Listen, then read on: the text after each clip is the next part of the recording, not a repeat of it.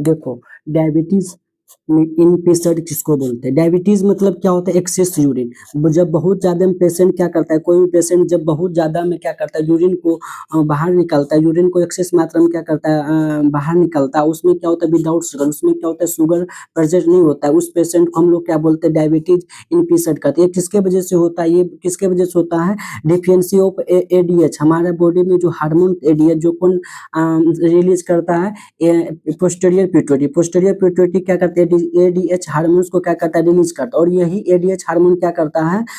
Regulate of urine output. हमारा urine जो होता है वो रेगुलेट कौन करता है? यही एडीएच जो कहाँ से रिलीज होता है? पोस्टीरियर पिट्यूटरी हार्मोन्स होता है।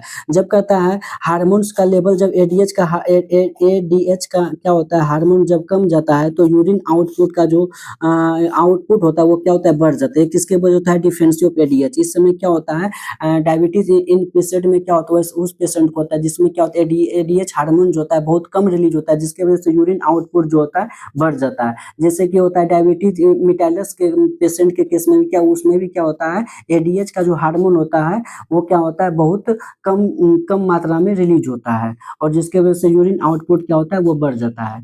Thank you.